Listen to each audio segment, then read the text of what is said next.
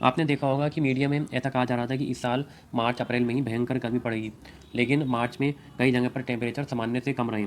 विशेष रूप से अगर हम उत्तर भारत की बात करें तो उत्तर भारत में कई जगह पर टेम्परेचर सामान्य से कम देखे गए। हालांकि मध्य भारत में कुछ जगहों पर टेम्परेचर 40 के आसपास पहुंच गए थे, लेकिन फिर से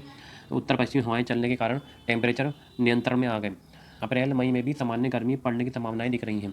और बीच बीच में प्री मानसूनी गतिविधियां होने का अनुमान है, जिससे बीच बीच में टेम्परेचर में थोड़ी गिरावट देखने को मिलती रहेगी, क्योंकि इस समय लानीना कंडीशन बनी हुई है, जिसकी वजह से बंगाल की खाड़ी से सपोर्ट मिलते रहने का अनुमान दिख रहा है। स्वागत है दोस्तों नेशनल वेदर में। आज 7 अप्रैल 2025 है और इस वीडियो में हम बात करेंगे अगले एक सप्ताह के मौसम की, यानी 7 अप्रैल से लेकर 13 अप्रैल के बीच पूरे देश में मौसम कैसा रह सकता है, कहाँ पर बारिश की संभावनाएं दिख रही हैं और कहाँ पर हीट वेव चलने की संभावनाएं हैं। अगर हम पिछले वीडियो की बात करें तो अगर हम पिछले सप्ताह के मौसम की बात करें तो पिछले सप्ताह भारत के कई राज्यों में जैसा कि अनुमान था कि बारिश की गतिविधियां और तेज़ हवाओं के साथ देखने को मिली। उसमें महाराष्ट्र से लेके गोवा, कर्नाटक, तेलंगाना, मध्य प्रदेश, छत्तीसगढ़, उड़ीसा, उत्तर प्रदेश के कई इलाके शामिल हैं। हालांकि हरियाणा के बिल्कुल निचले दक्षिणी भाग, दिल्ली एनसीआर के आसपास दक्षिण में और मध्य प्रदेश के पश्चिमी भागों पर बारिश की संभावनाएं कम थी, लेकिन इन भागों में भी अच्छी बारिश की गतिविधियाँ गरज चमक के साथ देखने को मिली। तापमान की बात करें तो महाराष्ट्र, मध्य प्रदेश में बारिश के कारण कई जगहों पर टेम्परेचर में गिरावट देखने को मिली थी, लेकिन पिछले 1-2 दिनों से टेम्परेचर में एक बार फिर से बढ़ोतरी देखने को मिल रही है। उसकी वजह यही है कि एक तो पश्चिमी हवाएं कमज़ोर हो गई हैं, ऊपर से पहाड़ों पर बर्फबारी को भी काफ़ी समय बीत चुका है। पिछले पिछले 24 घंटे में अगर हम टेम्परेचर की बात करें तो कई जगहों पर टेम्परेचर 44-45 डिग्री के आसपास चल रहे हैं, विशेष रूप से मध्य भारत में। पिछले 24 घंटे में अगर हम टेम्परेचर की बात करें तो आप देख सकते हैं राजस्थान के कई जिलों में टेम्परेचर 44 डिग्री के आंकड़ों को पार कर चुका है। बाड़मेर में 44.6, जैसलमेर में 44 डिग्री, इसी तरीके से राजकोट में 43.8, अकोला में 43, बीकानेर में 42.4, भुज में 42 और डीसा में भी 42 डिग्री टेम्परेचर रिकॉर्ड किया गया है। इसी तरीके अहमदाबाद में 41.8 और जोधपुर में भी 41.8 टेम्परेचर रिकॉर्ड किया गया है। अगर हम पूर्वी भारत की बात करें तो आप देख सकते हैं कि प्रयागराज में भी टेम्परेचर 41.6 डिग्री रिकॉर्ड किया गया है।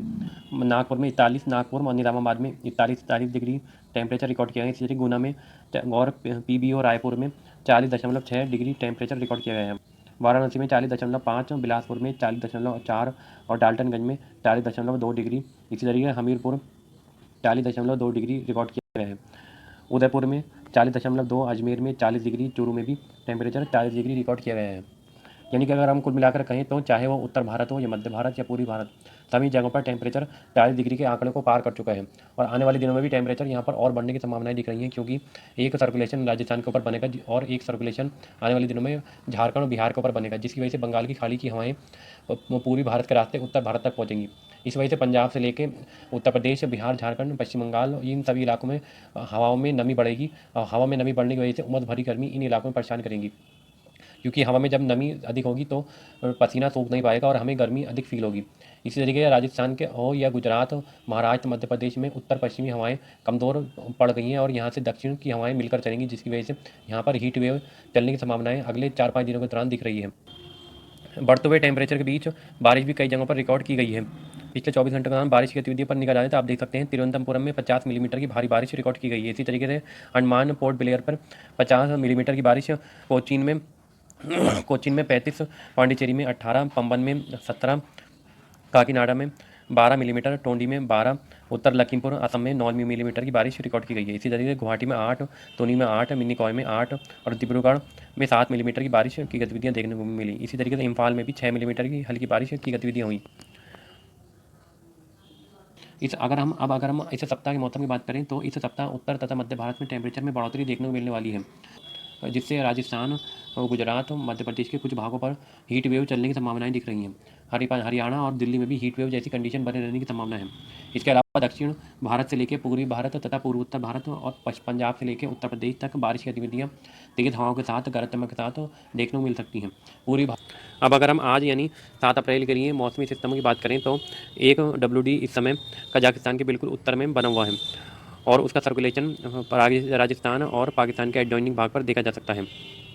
इसके अलावा एक सिस्टम बंगाल की खाड़ी पर श्रीलंका के पास बना हुआ है और एक टर्फ रेखा पश्चिम बंगाल से और बिहार से लेकर महाराष्ट्र तक बनी हुई है। टर्फ रेखा के दक्षिण में बंगाल की खाड़ी की आर्द्र हवाएं चल रही हैं और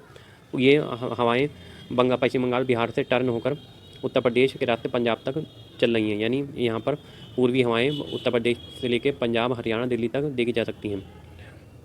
इन सभी मौसमी सिस्टमों की वजह से आज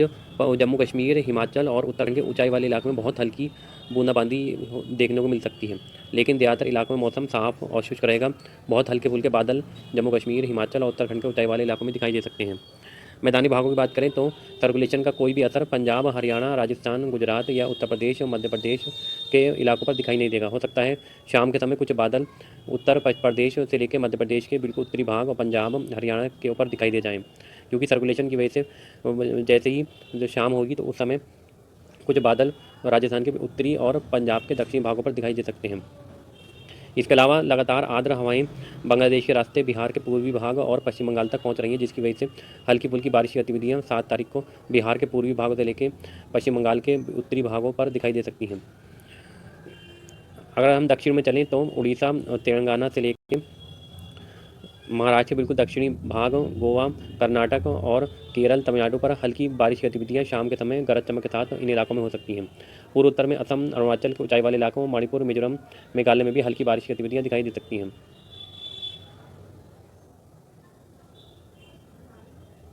8 तारीख के मौसम की बात करें तो आप देख सकते हैं यह सर्कुलेशन 8 तारीख को राजस्थान के उत्तरी भागों पर पहुंच जाएगा, जिसकी वजह से जम्मू कश्मीर, हिमाचल, उत्तराखंड के ऊंचाई वाले इलाकों में बहुत हल्की बारिश की गतिविधियां, ऊंचाई वाले इलाकों में हल्की बर्फबारी की गतिविधियां हो सकती हैं। इसके अलावा बंगाल की खाड़ी पर बना हुआ यह सिस्टम तट के पास पहुंच जाएगा, जिसकी वजह से लगातार बंगाल की खाड़ी से हवाएं इन इलाकों में पहुंचेंगी और वेदर एक्टिविटी इस पूरे रीजन में बढ़ने की संभावना दिख रही है। कर्नाटक के उत्तरी और महाराष्ट्र के दक्षिणी भागों से लेकर विदर्भ के कुछ दक्षिणी इलाके, तेलंगाना, आंध्र प्रदेश, उड़ीसा और पश्चिम बंगाल, बिहार के पूर्वी इलाकों पर नमी का फ्लो बढ़ रहा है, जिसकी वजह से हल्की बारिश की गतिविधियां तेज आंधी या तेज हवाओं के साथ इन इलाकों में हो सकती हैं। इसके अलावा असम, सिक्किम और अरुणाचल के ऊंचाई वाले इलाकों में पूर्वी भागों पर तेज़ बारिश की गतिविधियां कहीं कहीं पर दिखाई दे सकती हैं। मणिपुर, त्रिपुरा के भी इलाकों में भी तेज़ बारिश की गतिविधियां हो सकती हैं। इसके अलावा राजस्थान के दक्षिणी पश्चिमी भागों से लेकर मध्य प्रदेश के पश्चिमी भाग और पूर्वी भागों पर मौसम साफ और शुष्क रहेगा और महाराष्ट्र पर भी मौसम साफ और शुष्क रहने की संभावना दिख रही है। लेकिन इस सर्कुलेशन की वजह से जो राजस्थान के उत्तरी भागों पर बना है तो कुछ बादल गुजरात या राजस्थान के दक्षिणी भाग, मध्य प्रदेश और महाराष्ट्र पर दिखाई दे सकते हैं और बहुत ही आइसोलेटेड पॉकेट पर 1-2 स्थानों पर अगर पैच थोड़ा बादलों का पैच थोड़ा बड़ा बन गया तो हल्की आंधी या बूंदाबांदी कहीं कहीं पर दे सकता है, लेकिन इसकी संभावनाएं बहुत कम है। 9 तारीख के मौसम की बात करें तो आप देख सकते हैं 9 तारीख को एक और WD पहाड़ों पर दस्तक देगा, जिसकी वजह से कुछ बादल जम्मू कश्मीर, हिमाचल, उत्तराखंड के ऊंचाई वाले इलाकों पर पहुंचने लगेंगे और हल्की बारिश या बर्फबारी की गतिविधियां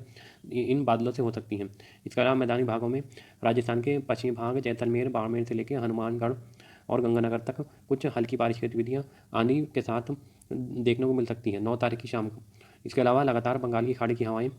उत्तर प्रदेश, बिहार के रास्ते भी इन इलाकों में पहुंच रही हैं, जिसकी वजह से पश्चिमी उत्तर प्रदेश के तराई वाले इलाकों से लेकर गोरखपुर और पूर्वी भाग, बिहार, पश्चिम बंगाल, झारखंड, उड़ीसा तक दिखाई दे सकती हैं। नीचे अगर हम चलें तो मध्य प्रदेश के बिल्कुल दक्षिणी भागों से लेकर विदर्भ, महाराष्ट्र के दक्षिणी भाग, तेलंगाना, आंध्र प्रदेश, कर्नाटक और से लेकर केरल, तमिलनाडु पर गरज चमक के साथ कहीं कहीं पर बारिश की गतिविधियां आंधी के साथ दिखाई दे सकती हैं। पूर्वोत्तरी बात करें तो सिक्किम से लेकर अरुणाचल प्रदेश, मिजोरम, मेघालय, असम तक बारिश की गतिविधियां लगातार जारी रहने की संभावना दिख रही है, क्योंकि बंगाल की खाड़ी से हवाएं इन इलाकों में पहुंच रही हैं। इसके अलावा गुजरात, राजस्थान के मध्य दक्षिणी भाग, मध्य प्रदेश के पश्चिमी भागों से लेकर मध्य भाग, महाराष्ट्र के उत्तरी भागों पर मौसम साफ और शुष्क और गर्म बना रहेगा। दिन में काफ़ी उमस बनी रहेगी। लगातार बंगाल की खाड़ी से हवाएं इन भागों में पहुंच रही हैं, जिसकी वजह से दिन में इन भागों में उमस बनी रहेगी, लेकिन शाम होते होते इन इलाकों में बादल गरजने वाले बन सकते हैं, जिसकी वजह से बारिश की गतिविधियाँ दिखाई दे सकती हैं। 10 तारीख के मौसम की बात करें तो आप देख सकते हैं कि इस WD के प्रभाव की वजह से जम्मू कश्मीर, हिमाचल, उत्तराखंड के ऊंचाई वाले भागों से लेकर मैदानी भागों में पंजाब, हरियाणा, राजस्थान के उत्तरी मध्य भाग, मध्य प्रदेश के बिल्कुल उत्तरी भाग, पश्चिमी उत्तर प्रदेश से लेकर पूर्वी उत्तर प्रदेश तक बादल दिखाई देंगे शाम के समय। दिन के समय इन भागों में गर्मी काफ़ी बनी रहेगी और उमस भी परेशान करती रहेगी, जिसकी वजह से शाम के समय इस WD के प्रभाव की वजह से शाम के समय काफ़ी गरज चमक के साथ, आंधी के साथ बारिश की गतिविधियाँ इस पूरे रीजन में दिखाई दे सकती हैं। वहीं अगर हम पूर्वी भारत की बात करें तो साइक्लोनिक सर्कुलेशन बिहार के ऊपर बना हुआ है, जिसकी वजह से बंगाल की खाड़ी की हवाएं इस पूरे रीजन में पहुंचती रहेंगी। इस कारण महाराष्ट्र के विदर्भ से लेकर दक्षिणी भाग, कर्नाटक, आंध्र प्रदेश से लेकर उड़ीसा, पश्चिम बंगाल, झारखंड, बिहार और पूर्वोत्तर के सभी इलाकों में गरज चमक के साथ बारिश की गतिविधियाँ दिखाई दे सकती हैं और यहाँ पर काल बैसाखी जैसी स्थिति पश्चिम बंगाल, बिहार में दिखाई दे सकती है। 11 तारीख की मौसम की बात करें तो आप देख सकते हैं 11 तारीख को भी इस WD का प्रभाव दिखाई देता रहेगा, जिसकी वजह से पहाड़ों से लेकर मैदानी भागों पर गरज चमक के साथ बारिश की गतिविधियां का दौर जारी रहेगा। लेकिन मध्य भारत पर हल्की बारिश की गतिविधियां कहीं कहीं पर दिखाई देंगी, जबकि पूर्वी भारत के ज़्यादातर इलाकों में बारिश की गतिविधियां दिखाई देने की संभावना दिख रही है। ये इसी तरीके से दक्षिण में उड़ीसा, आंध्र प्रदेश, तेलंगाना, कर्नाटक, गोवा और तमिलनाडु, केरल पर भी बारिश की गतिविधियां जारी रहेंगी, क्योंकि नमी वाली हवाएं इन इलाकों में पहुंचती रहेंगी। लेकिन राजस्थान के पश्चिमी भाग और गुजरात पर मौसम साफ और शुष्क रहेगा। महाराष्ट्र में भी एक दो स्थानों पर हल्की बारिश की गतिविधियां 11 तारीख को दिखाई दे सकती हैं। पूर्वोत्तर में बढ़ती हुई पूर्वोत्तर की बात करें तो बारिश की गतिविधियां बढ़ती हुई दिखाई दे रही हैं, क्योंकि यह सिस्टम पूरब की ओर पहुंच रहा है। इस वजह से पूर्वोत्तर के लगभग सभी इलाकों में कहीं पर तेज तो कहीं पर हल्की बारिश की गतिविधियां गरज चमक के साथ दिखाई देती रहेंगी। 12 तारीख की मौसम की बात करें तो आप देख सकते हैं कि यह WD आगे की ओर निकल जाएगा, जिसकी वजह से जम्मू कश्मीर के पश्चिमी भागों से मौसम साफ और शुष्क होने लगेगा, लेकिन बादल इन इलाकों में फिर भी दिखाई दे सकते हैं। पूर्वी भागों में हिमाचल प्रदेश, उत्तराखंड और उत्तर प्रदेश के पूरे तराई वाले इलाकों से लेकर बिहार तक, पश्चिम बंगाल तक काफ़ी बारिश की गतिविधियाँ 12 तारीख की शाम को दिखाई दे सकती हैं। यहाँ पर गरज चमक के साथ भारी बारिश की गतिविधियाँ बिहार, पश्चिम बंगाल, झारखंड के पूर्वी भागों पर और उड़ीसा पर दिखाई दे सकती हैं। इसके अलावा पूर्वोत्तर की बात करें तो सिक्किम से लेकर असम, अरुणाचल प्रदेश, मणिपुर, मिजोरम, मेघालय में भी भारी बारिश की गतिविधियाँ 12 तारीख की शाम को होने की संभावना है। इसके अलावा मध्य भारत की बात करें तो राजस्थान के कुछ इलाकों और गुजरात और मध्य प्रदेश के उत्तरी मध्य भाग से लेकर पूर्वी भाग महाराष्ट्र तक यहाँ पर छोटे छोटे बादलों के पैच 12 तारीख की शाम को भी बन सकते हैं, लेकिन दिन में मौसम साफ और शुष्क रहेगा, मौसम गर्म बना रहेगा। इसके अलावा गोवा से लेके कर्नाटक, केरल, तमिलनाडु और आंध्र प्रदेश, तेलंगाना तक बारिश की गतिविधियां रुक रुक कर जारी रहने की संभावना दिख रही है। यहाँ पर शाम के समय लगातार बारिश का दौर जारी रहेगा। 13 तारीख के मौसम की बात करें तो पहाड़ों से लेकर मैदानी भागों पर WD का प्रभाव काफ़ी हद तक रिड्यूस हो जाएगा, लेकिन फिर भी हल्की बारिश की गतिविधियाँ पश्चिमी उत्तर प्रदेश से लेकर पूर्वी उत्तर प्रदेश, बिहार, झारखंड, पश्चिम बंगाल पर दिखाई देती रहेंगी और यहाँ पर लगातार बारिश का दौर जारी रहने की संभावना दिख रही है। इस दौरान भारी बारिश की गतिविधियाँ गरज चमक और तेज़ हवाओं के साथ हो सकती हैं। इसी तरीके से महाराष्ट्र, विदर्भ से लेकर छत्तीसगढ़, झारखंड के कुछ इलाके, उड़ीसा, तेलंगाना, आंध्र प्रदेश, कर्नाटक, गोवा और केरल, तमिलनाडु पर भी हल्की बारिश की गतिविधियाँ गरज चमक के साथ इन इलाकों में दिखाई देती रहेंगी। पूर्वोत्तर में भी कहीं पर मध्यम तो कहीं पर तेज़ बारिश की गतिविधियों का दौर जारी रहेगा। अब अगर हम एक एक राज्य के हिसाब से देखें तो 9 और 10 तारीख के आसपास पंजाब के उत्तरी भागों से लेकर दक्षिणी भागों तक गरज चमक के साथ, आंधी तूफान के साथ कहीं कहीं पर बारिश की गतिविधियाँ शुरू हो सकती हैं। उम्मीद है कि 9 तारीख से लेकर 13 तारीख के बीच उम्मीद है कि 9 तारीख से लेकर 12 तारीख के बीच अमृतसर से लेकर गुरदासपुर, होशियारपुर से लेकर कपूरथला, जालंधर, फिरोजपुर, फरीदकोट, मोगा, बरनाला, लुधियाना, पटियाला से लेकर संगरूर, मानसा, फजीलका, चंडीगढ़, साहिबजादा, अजीत सिंह नगर तक बारिश की गतिविधियाँ शाम के समय तेज़ आंधी के साथ कुछ जगहों पर दिखाई दे सकती हैं। इन सभी जिलों में सभी जगहों पर बारिश की गतिविधियाँ नहीं होंगी, किसी दिन कुछ जिलों में दिखाई देंगी, किसी दिन कुछ जिलों में बारिश की गतिविधियाँ आंधी के साथ दिखाई दे सकती हैं। लेकिन लगातार बादल इन इलाकों में आते जाते रहेंगे, विशेष रूप से शाम और रात के समय। दिन के समय इन इलाकों में तेज़ गर्मी, उमस वाली गर्मी परेशान कर सकती है। अगर हम हरियाणा की बात करें तो हरियाणा में भी 9 और 10 तारीख के आसपास बारिश की गतिविधियाँ पश्चिमी भागों से सिरसा, फतेहाबाद से शुरू हो सकती हैं, जो 10 और 11, 12 तारीख के आसपास उत्तर से लेकर दक्षिण तक पूरे हरियाणा के लगभग सभी जिलों में हो सकती हैं। सिरसा, फतेहाबाद से लेकर जींद, पानीपत, सोनीपत, रोहतक, भिवानी, चरखी दादरी, महेंद्रगढ़, पलवल, नूंह, फरीदाबाद, सोनीपत, करनाल, कुरुक्षेत्र और उत्तर में अम्बाला, यमुनानगर, पंचकुला तक बारिश की गतिविधियाँ 9 और 10 तारीख के आसपास से लेकर 12 तारीख तक दिखाई दे सकती हैं। किसी दिन कुछ जिलों में, किसी दिन कुछ जिलों में, यानी इन सभी भागों में इन सभी जिलों में छोटे छोटे बादलों के पैच बनते रहेंगे, जो आंधी तूफान के साथ बारिश की गतिविधियाँ इन इलाकों में दे सकते हैं। अगर हम उत्तर प्रदेश की बात करें तो उत्तर प्रदेश के पश्चिमी तराई वाले इलाकों से लेकर पूर्वी तराई वाले इलाकों में तक बारिश की गतिविधियाँ गरज चमक के साथ इस पूरे सप्ताह दिखाई देती रहेंगी। 9 और 10 तारीख के आसपास उत्तर प्रदेश के पश्चिमी भागों से भी बारिश की गतिविधियाँ शुरू हो सकती हैं। उत्तर प्रदेश में सहारनपुर, शामली, मुजफ्फरनगर, मेरठ नगर से लेकर मुरादाबाद, रामपुर, बरेली, पीलीभीत, लखीमपुर खीरी, बहराइच, श्रीवस्ती और इधर बलरामपुर, सिद्धार्थनगर, संत कबीर नगर, कुशीनगर, गोरखपुर तक बारिश की गतिविधियाँ 9 और 10 तारीख से लेकर 13, 14 तारीख के आसपास तक दिखाई देती रहेंगी। पश्चिम से ये बारिश की गतिविधियाँ शुरू होंगी, जो पूरब में 13, 14 तारीख तक पहुंच जाएंगी। इसके अलावा दक्षिण में बुलंदशहर, बदायूं, अलीगढ़, मथुरा, आगरा से लेके इटावा, कन्नौज, लखनऊ, रायबरेली, कानपुर नगर, कानपुर देहात, हमीरपुर, महोबा, झांसी, बांदा, चित्रकूट, कौशाम्बी, रायबरेली, अमेठी, सुल्तानपुर और अम्बेडकर नगर, आदमगढ़, वाराणसी, मिर्ज़ापुर, सोनभद्र और ये इधर प्रयागराज में चले तो चंदौसी, गाजीपुर, बलिया तक हल्की बारिश की गतिविधियाँ दिखाई दे सकती हैं। यहाँ पर उत्तर प्रदेश के जो उत्तरी तराई वाले इलाका है यहाँ पर काफ़ी इंटेंस वेदर एक्टिविटी देखने को मिल सकती है, जबकि जो मध्य और दक्षिणी भाग है यहाँ पर छोटे छोटे बादलों के पैच बन सकते हैं, जिसकी वजह से इन जिलों में से कुछ ही जिलों में आंधी के साथ हल्की बारिश की गतिविधियाँ दिखाई दे सकती हैं। अब अगर हम राजस्थान की बात करें तो राजस्थान में 8 और 9 तारीख से ही सर्कुलेशन गंगानगर, हनुमानगढ़ पर पहुंच जाएगा, जिसकी वजह से राजस्थान के जैसलमेर से लेके बीकानेर के पश्चिमी भाग, गंगानगर, हनुमानगढ़ तक हल्की बारिश की गतिविधियाँ 8 तारीख से लेकर 9 तारीख से शुरू हो सकती हैं, जो 12 तारीख तक इन इलाकों में दिखाई देती रहेंगी। उम्मीद जैसलमेर के पूर्वी भागों से लेकर जोधपुर, बाड़मेर, जयपुर, सीकर, अलवर, करौली, दौसा, सवाई माधोपुर, भीलवाड़ा, राजसमंद से लेके पाली, जालौर तक मौसम साफ और शुष्क रहेगा। लेकिन 10 तारीख के बाद 10, 11, 12 तारीख के आसपास बीकानेर से उत्तर में हनुमानगढ़, श्रीगंगानगर, चूरू से लेकर झुंझुनू, अलवर, भरतपुर, जयपुर, दौसा, करौली, टोंक, अजमेर, भीलवाड़ा, कोटा, बूंदी, झालावाड़, प्रतापगढ़, उदयपुर, सिरोही, जालौर, बाड़मेर, जैसलमेर में गरज चमक के साथ कहीं कहीं पर बारिश की गतिविधियाँ दिखाई दे सकती हैं। अगर हम गुजरात के मौसम की बात करें तो गुजरात के लगभग सभी इलाकों में मौसम साफ और शुष्क रहने की संभावना है, लेकिन गुजरात के बिल्कुल उत्तरी भाग, बनासकांठा, साबरकांठा, मेहसाना से लेकर गांधीनगर और महिसागर में कुछ बादल इस सिस्टम की वजह से दिखाई दे सकते हैं। 9 तारीख से लेकर 13 तारीख के बीच कुछ उत्तरी जिलों में बादल दिखाई दे सकते हैं, लेकिन बारिश की संभावनाएं इनसे बहुत कम रहेंगी। मध्य प्रदेश की बात करें तो 9 और 10 तारीख के आसपास मध्य प्रदेश के बिल्कुल उत्तरी भाग जैसे ग्वालियर,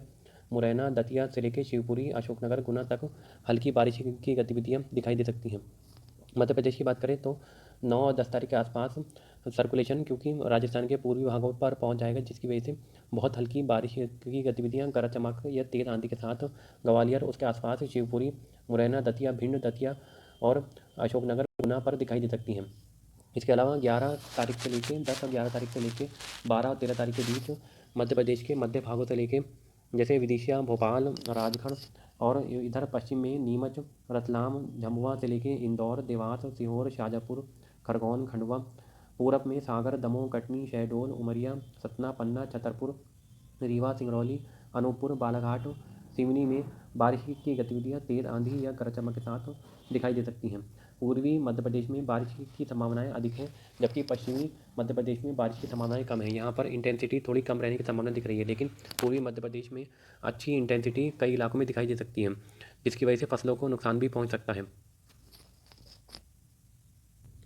छत्तीसगढ़ की बात करें तो छत्तीसगढ़ के उत्तरी भागों से लेकर दक्षिणी भागों में 8 या 9 तारीख से बारिश की गतिविधियाँ 13 तारीख तक लगातार और रुक रुक कर जारी रहने की संभावना दिख रही है। उत्तर में सूरजपुर, बलरामपुर से लेकर सरगुजा, जशपुर नगर और रायपुर से लेकर दुर्ग, कबीरधाम, कोंडागांव, नारायणपुर और दक्षिण में सुकमा, बीजापुर तक बारिश की गतिविधियाँ लगातार एक सप्ताह तक शाम के समय गरज चमक के साथ दिखाई देती रहेंगी। अगर हम पूर्वी भारत की बात करें तो बिहार में भी इस सप्ताह भारी बारिश की गतिविधियाँ दिखाई देने की संभावना दिख रही है। बिहार के लगभग सभी इलाकों में इस सप्ताह बारिश की गतिविधियाँ रुक रुक कर जारी रहने की संभावना है। 8 तारीख से लेकर एक टर्फ रेखा पश्चिम बंगाल से लेकर महाराष्ट्र तक बनेगी, जिसकी वजह से इस पूरे रीजन में पूर्वी हवाएं पहुँचेंगी। नमी वाली हवाएं इस पूरे रीजन में पहुँचने के कारण भारी बारिश की गतिविधियाँ बिहार के लगभग उत्तरी इलाकों पर दिखाई देंगी, जबकि दक्षिणी भागों में हल्की बारिश की गतिविधियाँ दिखाई देने की संभावना दिख रही है। बिहार के उत्तरी भागों जैसे पूर्वी चंपारण से लेकर पश्चिमी चंपारण, सीतामढ़ी, मधुबनी, मुजफ्फरपुर, गोपालगंज, दरभंगा और अररिया, किशनगंज, इन भागों में भारी बारिश की गतिविधियाँ इस सप्ताह दिखाई दे सकती हैं, यानी 8 तारीख से लेकर 13 तारीख के बीच। जबकि मध्य से लेकर दक्षिणी भाग जैसे जहानाबाद, रोहतास, पटना, लखीसराय, जमुई, नवादा, गया, बक्सर और भागलपुर में गरज चमक के साथ कहीं कहीं पर तेज़ तो कहीं कहीं पर हल्की बारिश की गतिविधियाँ दिखाई दे सकती हैं। झारखंड की बात करें तो झारखंड में भी झारखंड के पूर्वी भागों पर काफ़ी तेज़ इंटेंस वेदर एक्टिविटी इस सप्ताह दिखाई दे सकती है। बर्फ रेखा के कारण झारखंड के पूर्वी दक्षिणी भाग जैसे साहिबगंज, गोंडा, दुमका, जामताड़ा, धनबाद से लेके रामगढ़, रांची, जमशेदपुर, पूर्वी सिंहभूम, पश्चिमी सिंहभूम और सरायकेला में काफ़ी इंटेंस वेदर एक्टिविटी हो सकती है, जबकि पश्चिमी भाग जैसे पलामू, लातेहार, गुमला, और सिमगेड़ा में, हजारीबाग, चतरा में कहीं कहीं पर हल्की तो कहीं कहीं पर तेज़ बारिश की गतिविधियाँ आंधी तूफान के साथ हो सकती हैं। लेकिन इंटेंसिटी पूर्वी भागों में अधिक रहने की संभावना है, जबकि पश्चिमी भागों में थोड़ा कम इंटेंसिटी रहने की संभावना है। पश्चिम बंगाल की बात करें तो पश्चिम बंगाल में भी उत्तरी दींजापुर से लेकर दक्षिण दिनाजपुर, मालदा से लेकर मुर्शिदाबाद, वीरभूम, पश्चिमी वर्धमान, कृष्णनगर, पूर्वी वर्धमान, हुगली, मेदिनीपुर से लेकर पूर्वी मेदिनीपुर, झाड़ग्राम, पुरुलिया, कोलकाता तक बारिश की गतिविधियाँ लगातार एक सप्ताह तक दिखाई देने की संभावना दिख रही है। यहाँ पर उम्मीद है कि 9 तारीख से लेकर 13 तारीख के बीच काफ़ी इंटेंस वेदर एक्टिविटी हो सकती है और काल बैसाखी जैसी स्थिति कई इलाकों में देखने को मिल सकती है। उत्तरी ज़िले जैसे जलपाईगुड़ी से लेकर उत्तर दिनाजपुर, रायगंज, दक्षिण दिनाजपुर, मालदा में भी भारी बारिश की गतिविधियाँ या ओले गिरने की संभावना दिख रही है। उड़ीसा की बात करें तो उड़ीसा में भी इस टर्फ रेखा के कारण रुक रुक कर अगले एक सप्ताह तक लगभग सभी इलाकों में बारिश की गतिविधियाँ होती रहेंगी। किसी दिन किसी ज़िले में, किसी दिन किसी ज़िले में इन इलाकों में बादलों के पैच बनते रहेंगे और भारी बारिश की गतिविधियाँ और कहीं कहीं पर हल्की बारिश की गतिविधियाँ आंधी तूफान के साथ होने की संभावना दिख रही है। उत्तर में सुंदरगढ़ से लेकर देवगढ़, संबलपुर, बौद्ध और कंचमाल से लेकर रायगढ़, गजपति गंजम, छतरपुर में भारी बारिश की गतिविधियाँ और कहीं कहीं पर हल्की बारिश की गतिविधियाँ दिखाई दे सकती हैं। तेलंगाना की बात करें तो तेलंगाना के भी लगभग सभी इलाकों में रुक रुक कर बारिश की गतिविधियाँ अगले एक सप्ताह तक दिखाई देती रहेंगी। इसी तरीके से तेलंगाना से लेके आंध्र प्रदेश, कर्नाटक के लगभग सभी इलाके, गोवा के कुछ भाग और केरल, तमिलनाडु पर इस सप्ताह लगातार शाम के समय बादलों के पैच बनते रहेंगे। किसी दिन किसी ज़िलों में, किसी दिन किसी ज़िलों में तेज़ आंधी तूफान के साथ बारिश की गतिविधियाँ दिखाई देती रहेंगी। महाराष्ट्र की बात करें तो महाराष्ट्र के विदर्भ और दक्षिणी जिलों पर भी हल्की और कहीं कहीं पर तेज़ बारिश की गतिविधियाँ अगले एक सप्ताह तक दिखाई देती रहेंगी, जबकि उत्तरी भागों में मौसम साफ और शुष्क रहने की संभावना है। अब अगर हम टेम्परेचर की बात करें तो आप देख सकते हैं कि 7 तारीख को क्योंकि सर्कुलेशन उत्तरी भागों पर पहुंचेगा, जिसकी वजह से दक्षिण से हवाएं इन भागों में आती हुई दिखाई दे रही हैं। इस वजह से राजस्थान से लेकर हरियाणा, दिल्ली, उत्तर प्रदेश के कुछ भाग और पश्चिमी मध्य प्रदेश के और गुजरात के ज़्यादातर इलाकों में टेम्परेचर 42 डिग्री से भी ऊपर पहुँचता हुआ दिखाई दे रहा है और राजस्थान के बिल्कुल पश्चिमी भागों पर भी टेम्परेचर 45 से ऊपर पहुँचने की संभावना है। इसी तरीके से महाराष्ट्र में भी आप देख सकते हैं, महाराष्ट्र के भी ज़्यादातर इलाकों में टेम्परेचर 40 से ऊपर पहुँचेंगे। लेकिन कर्नाटक के दक्षिणी भागों से लेकर केरल पर बारिश की गतिविधियों के कारण यहाँ पर टेम्परेचर थोड़ा कम रहेगा। इसी तरीके पूर्वोत्तर के भी ज़्यादातर इलाकों में टेम्परेचर 30 के आसपास बना रहेगा। 9 और 10 तारीख के आसपास आप देख सकते हैं लगातार यही सिमिलर कंडीशन बने रहने की संभावना दिख रही है। इस पूरे रीजन में टेम्परेचर 40 और 45 के बीच बना रहेगा। 10 और 11 तारीख के आसपास आप देख सकते हैं अफगानिस्तान और जम्मू कश्मीर की पहाड़ियों पर बर्फबारी का कुछ असर राजस्थान और मध्य प्रदेश के भागों पर दिखा है, जिसकी वजह से हल्की उत्तर पश्चिमी हवाएं इन भागों में चलनी शुरू होंगी। इस कारण थोड़ी सी गिरावट पश्चिमी राजस्थान में देखने को मिलेगी, जिसकी वजह से टेम्परेचर 40 से 42 डिग्री के आसपास आ जाएंगे। इसके अलावा आप देख सकते हैं उत्तर प्रदेश के तराई वाले भागों से लेकर बिहार के भागों में बारिश होने के कारण यहाँ पर भी टेम्परेचर में गिरावट देखने को मिलेगी, जिसकी वजह से यहाँ पर भी टेम्परेचर 34-35 के आसपास पहुँच जाएंगे। इसी तरीके से मध्य प्रदेश के बिल्कुल पूर्वी और दक्षिणी भागों पर, छत्तीसगढ़ के कुछ भाग यहाँ पर बारिश की गतिविधियाँ, उड़ीसा, आंध्र प्रदेश के कुछ तटीय इलाकों पर भी हल्की बारिश की गतिविधियाँ होने के कारण यहाँ पर भी कहीं कहीं पर टेम्परेचर में गिरावट देखने को मिलेगी। इसके अलावा कर्नाटक और गोवा पर भी बारिश की गतिविधियाँ होने के कारण यहाँ पर भी टेम्परेचर 30 के आसपास बने रहेंगे। कुल मिलाकर अगर हम कहें तो यह सप्ताह फसलों के लिए काफ़ी चुनौतीपूर्ण साबित होने वाला है, क्योंकि कई जगह पर भारी बारिश की गतिविधियाँ विशेष रूप से पूर्वी भारत में और दक्षिणी भारत में भारी बारिश की गतिविधियाँ हो सकती हैं और कहीं कहीं पर ओलावृष्टि भी हो सकती है। इसके अलावा राजस्थान, मध्य प्रदेश, उत्तर प्रदेश के कुछ इलाके, पंजाब, हरियाणा में भी हल्की बारिश की गतिविधियाँ आंधी के साथ इस सप्ताह देखने को मिल सकती हैं, जिसकी वजह से यहाँ पर भी फसलों के लिए कुछ इलाकों में चुनौती बनी रहेगी। नेशनल वेदर में अभी के लिए इतना ही। वीडियो में अंत तक बने रहने के लिए बहुत बहुत धन्यवाद।